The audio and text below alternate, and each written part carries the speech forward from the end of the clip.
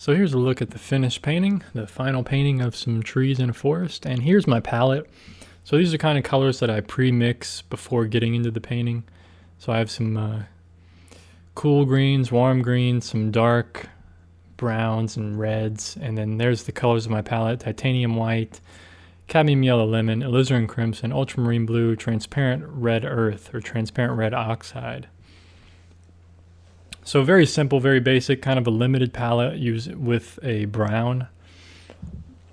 And I'm starting out here with a 6x8 canvas panel. It's a nice size to use. They're small. I'm able to do paintings on location or in the studio like this within an hour or so. They're a good little study before you jump to a larger painting. You know, they're just a good size to use especially if you're just starting out in painting. So with this particular canvas panel, I toned it first with ivory black and just used some paint thinner, some Gamsol, whatever you use to thin down your paint, if anything. So I used that, and then it becomes a gray, and I let that dry. You can let it dry for a few hours or a few days. This one, in this case, it was dry for a few days. I did a bunch of panels at one time. And now I'm just going in. I'm using transparent red earth, straight from the tube. No mediums, no thinner with this. This is just straight from the tube.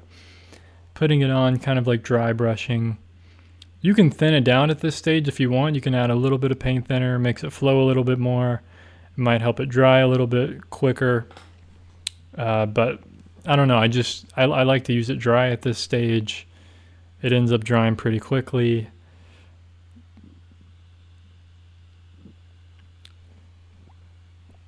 So I'm just figuring out the composition here.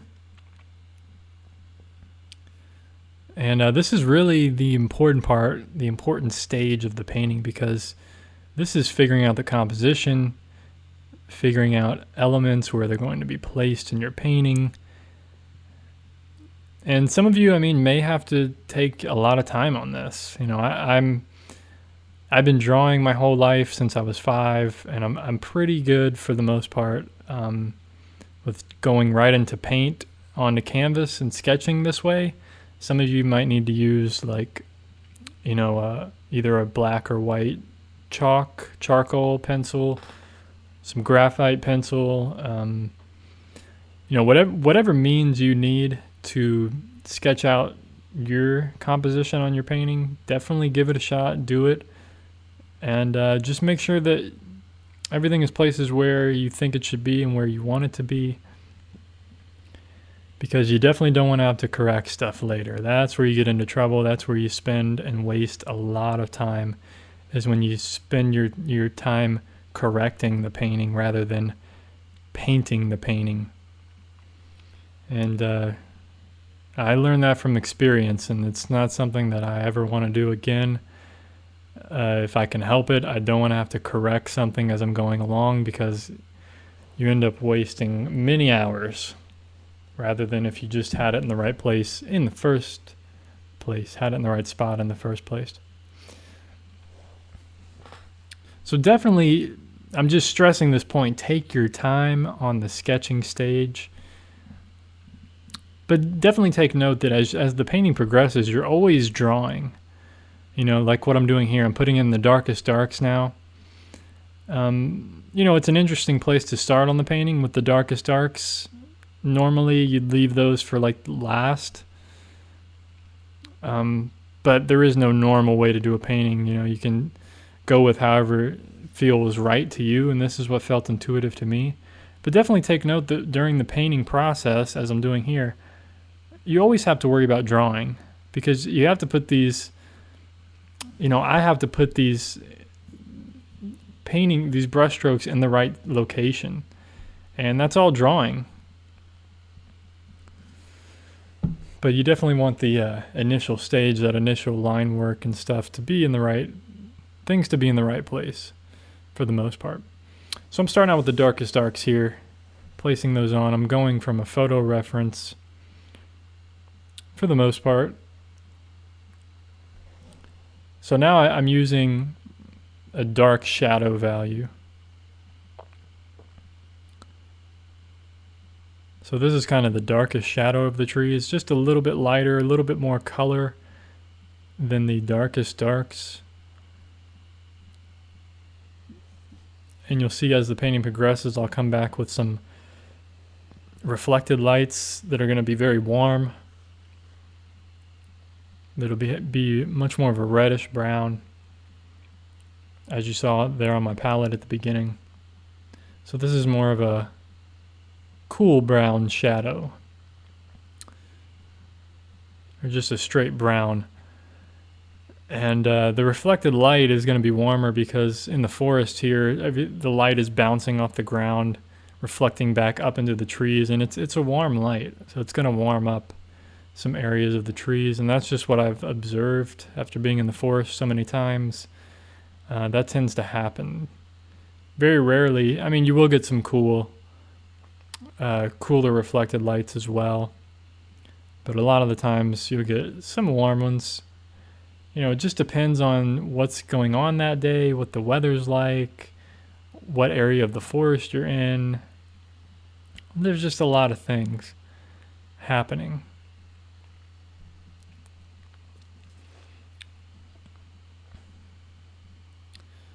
So I'm just blocking in the trees here with that brown shadow color. So with this oil painting, I'm going from dark to light. I mean, there's many different ways to do an oil painting. You can start with the midtones, kind of the middle value, and then work your way up to the light, and then work your way up to the dark. That's one way John Singer Sargent did his paintings. You know, he worked in the middle values and then worked his way to the darkest darks and lightest lights.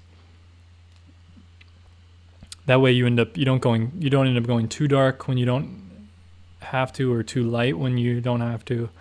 You know, there's different ways depending on the subject. I've just done a lot of paintings of the forest, and this is the way that I wanted to go about this painting. And since I pre-mixed my colors beforehand, I kind of had the harmony down, the value structure down. I kind of had it figured out. But there's many ways I could have done this painting, started out. This is just one way. I just want you guys to realize that. But you definitely have to just go with what feels right to you and intuitively. You know, start becoming more intuitive with your painting.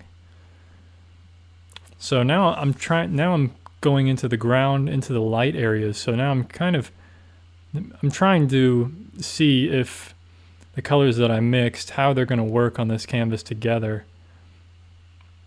So I'm kind of keying in the painting now. So I went with the darkest darks and then the shadows on the trees, and now I'm going in with like kind of the lightest lights, seeing how that works.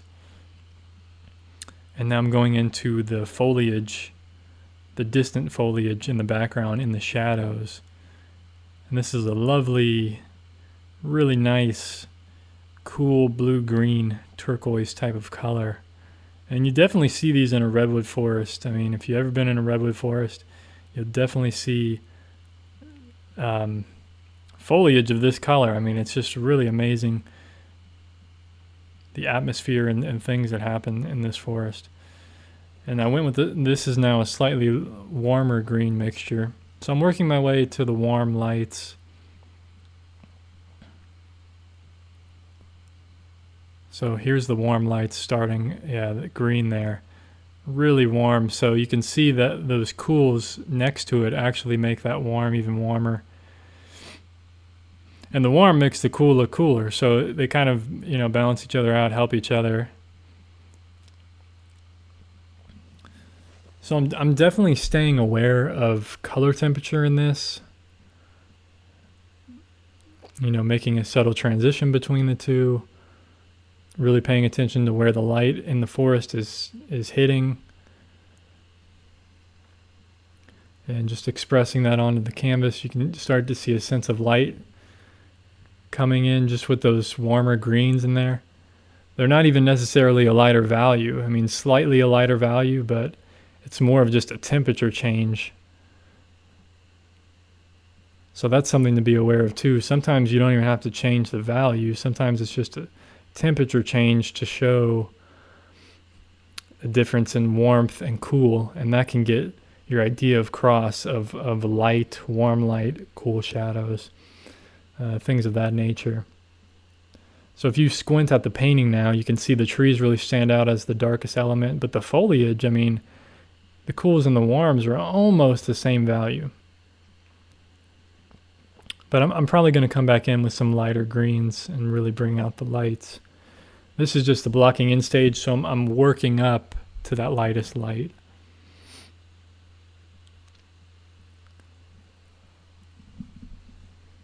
You know, just blocking in the canvas, filling in some of the bare canvas there. And I use a pretty good amount of paint. I usually use paint straight from the tube. I don't really use mediums or anything too much. I use paint just straight out of the tube pretty thickly. And I use a pretty good amount of paint. At least as the painting progresses. I try not to use a whole lot in the very first blocking in stages here. It just depends on the painting. If I feel confident about it, then I'll use a lot of paint in the beginning right off the bat. But I don't want to use a lot of paint if I'm unsure about something, because I'll end up having to scrape off that paint anyway. It'll just become a pain to work with. So I wait till I know what I wait till I get all the colors and values kind of keyed in, and then I really go back over some areas, add some thicker paint, things like that. So here I'm adding in some shadows on the ground from the trees. What this is really going to do is show the direction of light, where the light's coming from in the forest. And it's also, notice the value of those shadows. I mean, very light compared to the trees itself, compared to the darkest darks on the trees. And the reason for that is because of the reflected light coming from all around in the forest and from the sky up above. It's going to lighten up those shadows on the ground. It's going to cool them down. So it's a much cooler gray. There's a lot of blues and greens, maybe a little bit of purple in those shadows. But really it just looks kind of gray, but honestly it's actually a greenish gray because there's so much green foliage in the forest. So that green from the foliage is going to reflect down into those shadows on the ground. You can see I'm just trying to soften some edges here a bit. But always trying to use a good amount of paint. You can see there, getting a pretty good coverage, and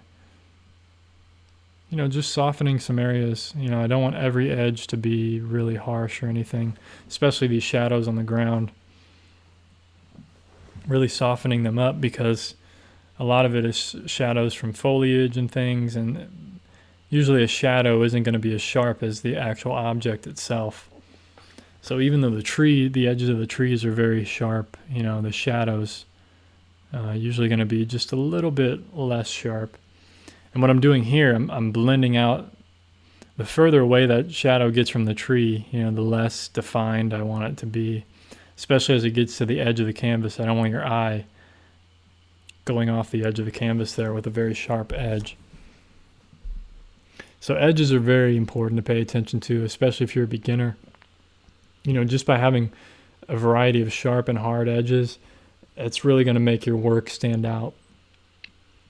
It can really take an amateur-looking painting to a more intermediate, possibly even advanced, looking painting. So definitely pay attention to your edges. And most of all, the values. The value structure has to work. So I have to be careful here. I have to make sure that the value of the trees and how that compares to the foliage and how it compares to the ground. So this is kind of the midtones on the trees. So I'm slowly adding light to the trees here. Like I said, I don't want to get too light. I don't want to end up destroying that value structure that I have going. So this is some light on the trees, some midtones. And then I'm going to have highlights, kind of the light area on top of these midtones.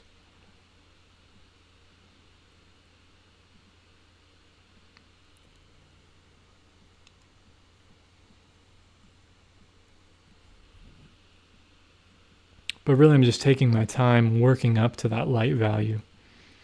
Because I have the ground value keyed in, I have that foliage behind in the background keyed in, so I kind of have an idea of where I'm going with this. So now I'm trying to make a few little transition tones here between the shadow on the ground and the light on the ground. So I'm using some warmer type of midtones right on the edges of the shadows a bit. And that just, it's going to soften the edge a bit, and it's going to make the shadows on the ground look even cooler. And it's going to make the light on the ground look even warmer. So that's really what I'm going for. I'm softening some of that tree into the earth. You know, you don't really want, for the most part, you don't really want like a tree into the ground to be very sharp. You know, a tree is growing out of the ground, so that's kind of the idea that I want to show.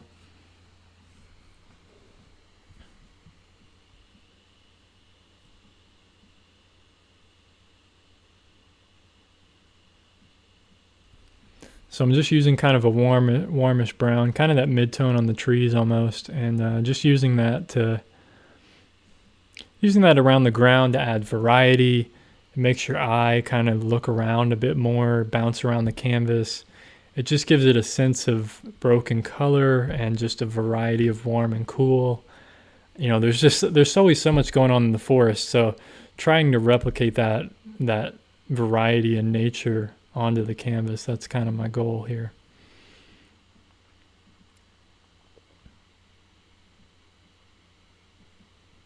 So getting rid of that little thing I had in the background there. Fixing up some of the foliage back there, softening some things, working on the edges, working on the values. Just little touch-ups here and there.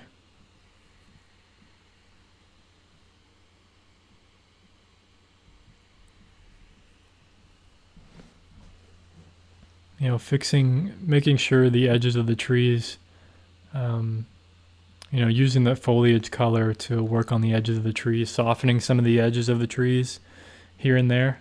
You know, you don't want, you know, even if like a tree, something like a tree, even though the edge is mostly sharp, you don't want the entire tree to be sharp. You want to soften certain parts of it and let other areas be sharp. So you want to have that variety. I mean, variety is so important in a painting, you know, value variety, color variety, edge variety. So definitely make sure you're having that variation throughout your entire painting. That's what's going to make it look interesting. So now I'm going in with a smaller brush now, softer, smaller brush. And I'm going in with some of the lights here on the trees. Putting them in softly, you know, being aware of the edges on them, the transitions between the lights and the midtones.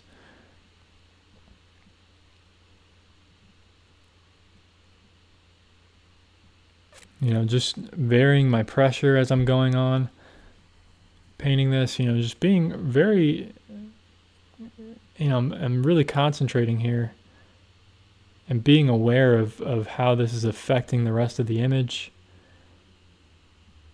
Every stroke that I put down. At least that's my goal. I want to make sure that it's not, you know, I'm not putting something down that's distracting from your eye moving around the rest of the image.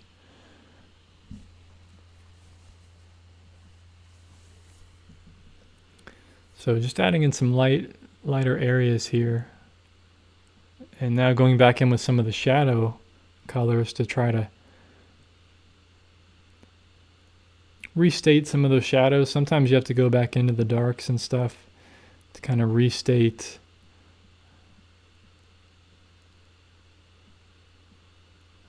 if you kind of lost something there. You know, sometimes you can get a little too many midtones and too many lights and things. You have to go back in and restate some things.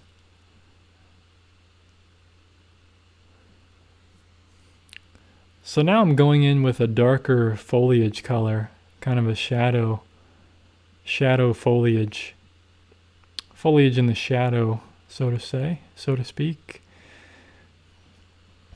There's a lot of foliage around the bottoms of these trees, on the forest floor. So I'm starting off with the shadow value. Just kind of sprinkling it around the canvas. And really, the more I put it around the canvas, the more it's going to harmonize with the rest of the painting. And now I'm going in with the light value, or mid-tone, whatever you want to call it, light, mid-tone type of value for the foliage on the ground there.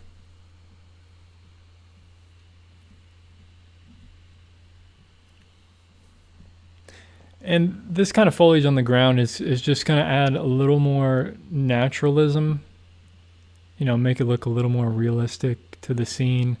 I mean, there's little plants and all kinds of things happening on the forest floor. So that's what I'm trying to show, sprinkle that little variety around the canvas.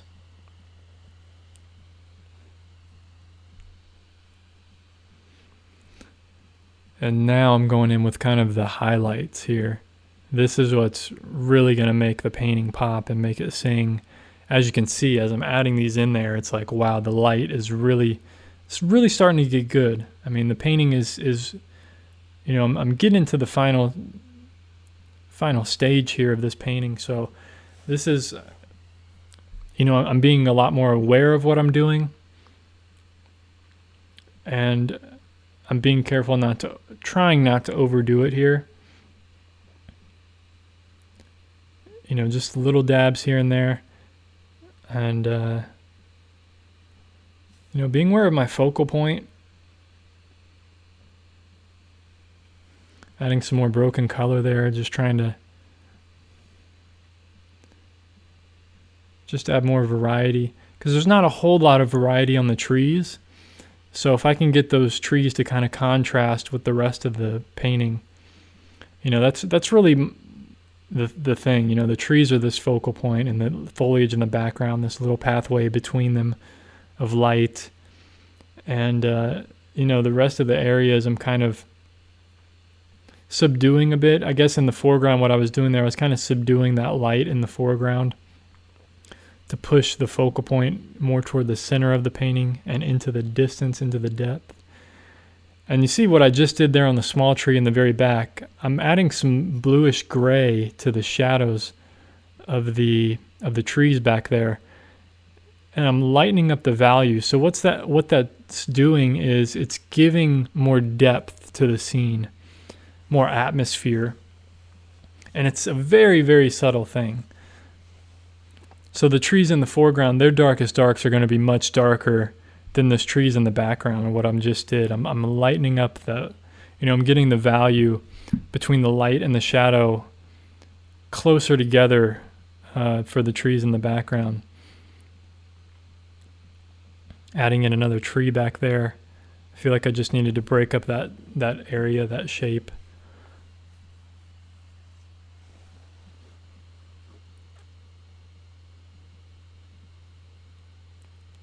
So sometimes it's little tiny tweaks like that you have to add into the painting, something that wasn't there in real life.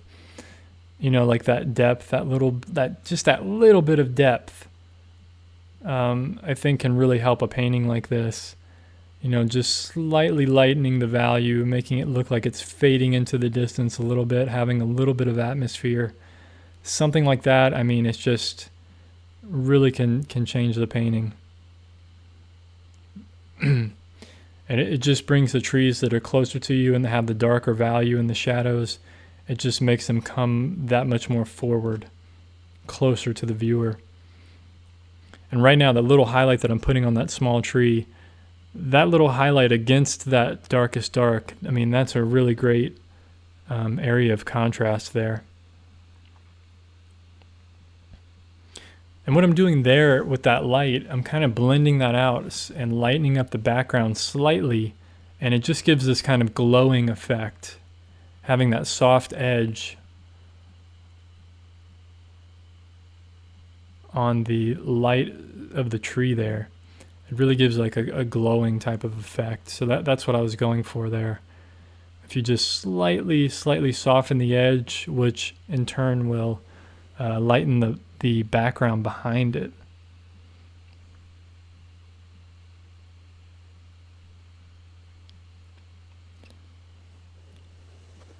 So I'm just trying to show how this kind of dappled light in the forest is hitting these trees.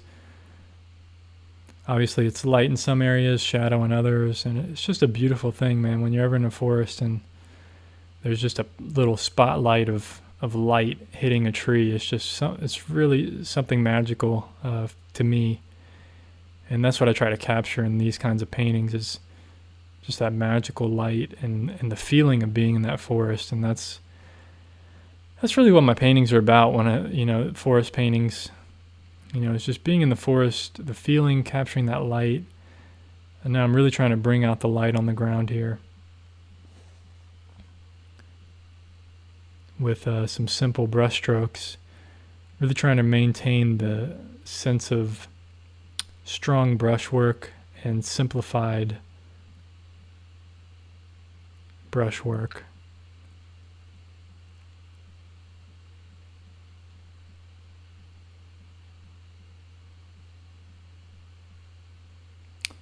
But, being careful not to overdo it. I mean, it's really easy to just put these everywhere, and you have to really take a look at it after every stroke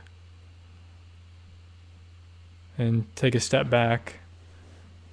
There was a lot of times where I took a break during this painting. I kind of cut out all the breaks and just so it would flow a little bit better as a tutorial. But there were times where I took a step back for a minute, took a look at it, and tried to decide, like, okay, it needs a little bit more foliage, needs some more highlights on the ground, more highlights on the trees, things like that. It just, does it feel done? If I stopped here, do I feel okay stopping here? Does anything need to be softened? Or, all these different questions. You have to always be constantly asking yourself, if I add anything else to this painting, is it gonna help the painting, or is it gonna hurt the painting? And you just try to make your best judgment and learn from it. If you end up making the wrong judgment, learn from it. And that's what I try to do with every painting that I do. So little hints of reflected light here on the back sides of the shadow side of the trees. So trying to maintain that core shadow.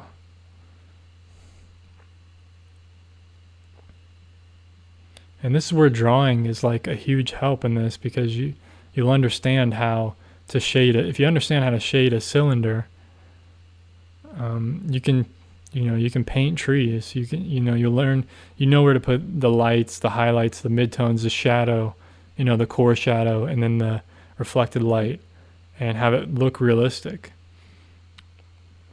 And how the shadow is going to look. The cast shadow, all those types of things. So that's why drawing is just super duper important. I can't stress that enough. It's like the more you draw, the better your painting's going to get. I mean, guaranteed. I think. And that's what happened with me. The more I just got into drawing and really focused on values and edge work, my painting just really increased in quality. Because color matters a little bit, but not a whole lot, for the most part. There's definitely something to say about color. Color is very important. So here you can see I'm adding in back some darker shadows, kind of the core shadow, right between the midtone and the reflected light. And this is just making the trees really pop and give them more form.